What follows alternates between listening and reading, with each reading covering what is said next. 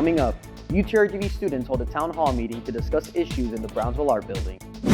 Plus, information on the recent emergency notification for UTRGV. And a bill that could potentially ban the use of TikTok in the US. KVAQ TV starts now.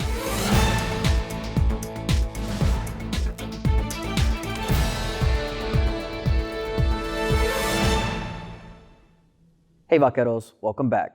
This is the 12th spring edition of KVAQ TV. I'm Jorge Infante. Today is Monday, April 17th, and at the top of the newscast, UTRGV Brownsville art students held a town hall meeting last Wednesday to discuss concerns about safety and equipment in their building. Xavier Aguilar with the details. Rustenburg Hall is a nearly 75-year-old building that is causing the UTRGV administration to face backlash.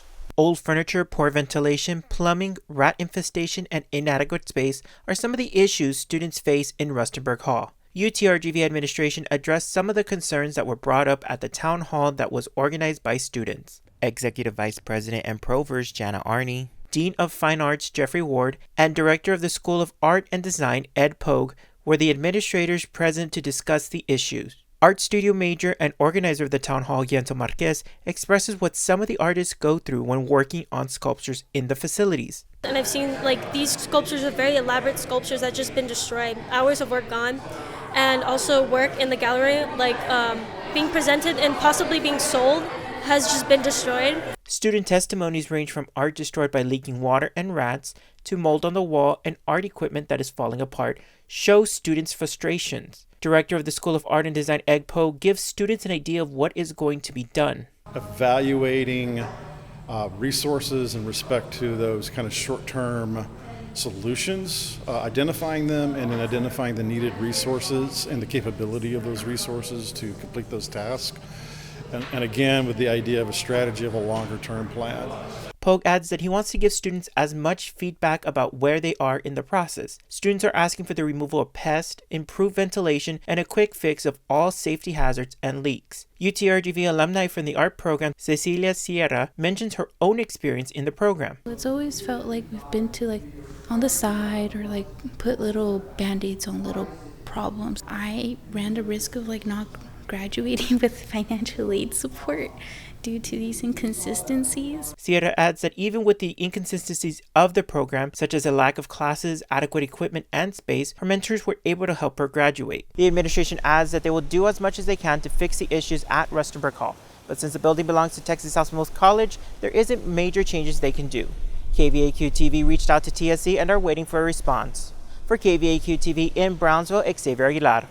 The UTRGV community received an emergency notification on April 9th regarding a Brownsville PD active search of 2 aggravated assault suspects around the Brownsville campus. A 438 notification stated both the male and female suspects wore all black while the male was armed with a handgun. UTRGV PD Assistant Chief of Police Vance Slusser says after the incident occurred near the Gateway International Bridge, the suspects headed toward the TSC Recreation Center, which led UTRGV PD to send the emergency notification, advising the community to secure indoors. Yeah, so our officers were searching in the area for the suspects, and then also checking to make sure that all our buildings were secure on campus. And they also provided extra patrol in the Casa Vea dormitories to make sure that everything was okay there as well. And that presence remained all throughout the day. An hour after the initial notification, UTRGV PD sent the final update stating the search was completed and the suspects were not located. KVAQ TV requested a copy of the police report, but as of April 13th, it had not received any updates from Brownsville PD. Slusser advises the community to maintain their personal information updated in order to receive emergency notifications. You can also download the Campus Shield app available for Apple and Android devices. My name is Tristan Cortez and you're watching KVAQ TV. With recent school shootings across the country, the Brownsville Independent School District's police department says they are ready 24/7. BISD's all-hazard approach allows them to face emergency situations through 5 phases: prevention, mitigation, preparedness, response, and recovery. Through this framework, they have an emergency operational plan for every campus and facility at BISD. The department offers week-long specialized trainings for both parents and officers. The Safe School Parent Academy program trains parents in emergency solutions. Department Chief Oscar Garcia says Brownsville is a training hub for officers in the state of Texas. We are a training facility, contract training facility for the Texas Commission on Law Enforcement. We are a training provider for the state. It means that any police officer that is hired, they do their mandated training here at BISD Police Department. The BISD Police Department currently has 68 officers on board and 62 security personnel. Garcia says the department has also received several grants, including a $300,000 grant from the Texas Education Agency for new equipment. Following the ban of TikTok in colleges and state agencies, the U.S. Senate has introduced a bill that could potentially ban the app from being used in the U.S. Tristan, why is TikTok under scrutiny? With concerns ranging from stolen user data to adverse effects on children, TikTok has become one of the most controversial apps on the market. In response, Congressmen are reviewing the Restrict Act, a bill which extends far beyond TikTok itself. If you are a TikTok user, TikTok knows you more than you know yourself. Drafted by Virginia Senator Mark Warner, the purpose of the Restrict Act, as stated within its opening sentence, is to authorize the Secretary of Commerce to review and prohibit certain transactions between persons in the United States and foreign adversaries and for other purposes. This would give the U.S. Secretary of Commerce the power to monitor and oversee online activity that it deems as posing an undue or unacceptable risks to the national security of the United States.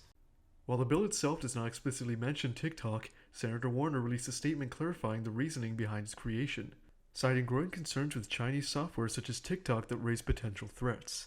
Tenured computer science professor at UTRGV John Abraham explains what metadata is, and why TikTok's alleged collection of metadata could be troubling. Metadata is quite different than the data itself. It has information where you are at the time you're watching it, where you move from one location to where you move to, but it's so much information they collect every time somebody views it or somebody posts something.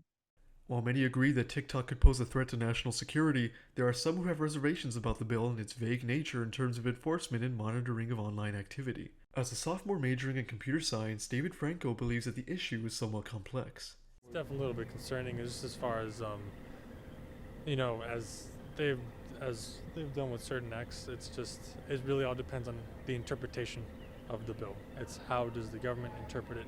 It could be taken as a strict interpretation of what it is, or they could use it to overreach and try to control other segments, or try to control other areas of beyond the bill. As it stands, the Restrict Act has yet to move forward in the U.S. Congress since its introduction in the Senate. More information will be available as legislation continues. For KVAQ TV in Edinburgh, Tristan Cortez. And that's a wrap for us today. Make sure to watch us Monday through Friday on VCast monitors and social media. For KVAQ TV, I'm Coach Infante. See you next week.